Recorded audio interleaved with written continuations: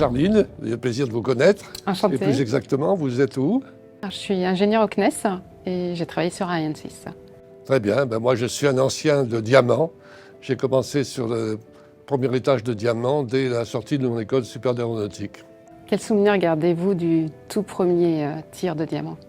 C'est d'abord des souvenirs très forts. Nous avions une très forte tension et une grosse concentration dans la préparation du lancement. On est impuissant, on regarde ce qui se passe. Et le lanceur déroule sa trajectoire. La tension était maximum au décollage. Et au fur et à mesure du bon déroulement du vol, cette tension se relâchait petit à petit.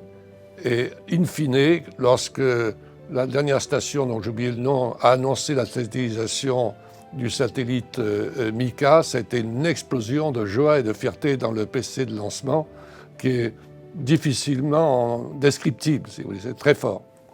Quelles sont les similitudes entre Ariane 6 et Diamant? Mon sentiment vis-à-vis de cet héritage, c'est déjà une grande fierté. C'est une chance de travailler avec ce socle en héritage. C'est vraiment important pour moi d'exploiter ces acquis depuis Diamant et de continuer à les enrichir avec nos échecs, mais également nos succès. Un autre point important, c'est la transmission. Continuer à transmettre cet héritage comme moi, on me l'a transmis aux nouvelles générations. Et donc, fort de cet héritage, qu'on sent très fort sur Ariane 6, Ariane 6, dès son premier vol, a montré que c'est un système extrêmement mature et qui était basé sur des acquis vraiment solides. Presque 60 ans sont passés. Est-ce que l'esprit d'équipe et la solidarité de tous les ingénieurs et techniciens est toujours aussi forte? Bien sûr, il y a toujours une forte motivation des équipes. Au-delà des défis techniques, ce qui m'impressionne le plus dans notre milieu, c'est la motivation, la rigueur des équipes, leur engagement, leur résilience aux aléas. Donc c'est vraiment quelque chose d'impressionnant. Et donc quel conseil donneriez-vous à la nouvelle génération d'ingénieurs comme nous? Plusieurs me viennent à l'esprit. Le premier est toujours le même, c'est de garder l'esprit de rigueur technique. Le deuxième, et ça nous l'avons appris quand nous avons traversé des échecs, c'est de ne pas se contenter des succès. Il faut aller fouiller dans les dépouillements de télémesures et des enregistrements les anomalies qui peuvent annoncer le prochain échec.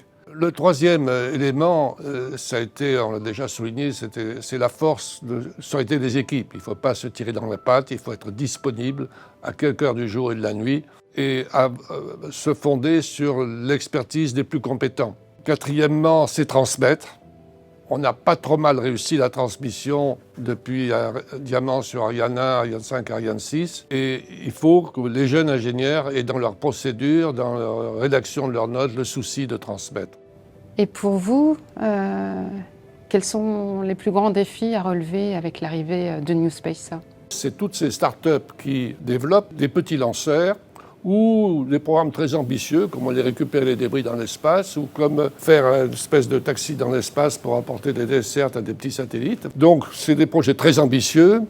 Il y aura forcément beaucoup de casse dans tous ces projets, mais c'est quand même très intéressant. Ça fait bouger les lignes, si vous voulez, et je crois que c'est bien que le CNES et que le gouvernement français, pour ce qui nous concerne, l'encouragent. Et je trouve à la fin, pour terminer ce que je dis là, un signe très sympathique de l'héritage. C'est-à-dire que l'ensemble de lancement Diamant est en ce moment réactivé, reconstruit pour être le site de lancement de beaucoup de ces petits lanceurs.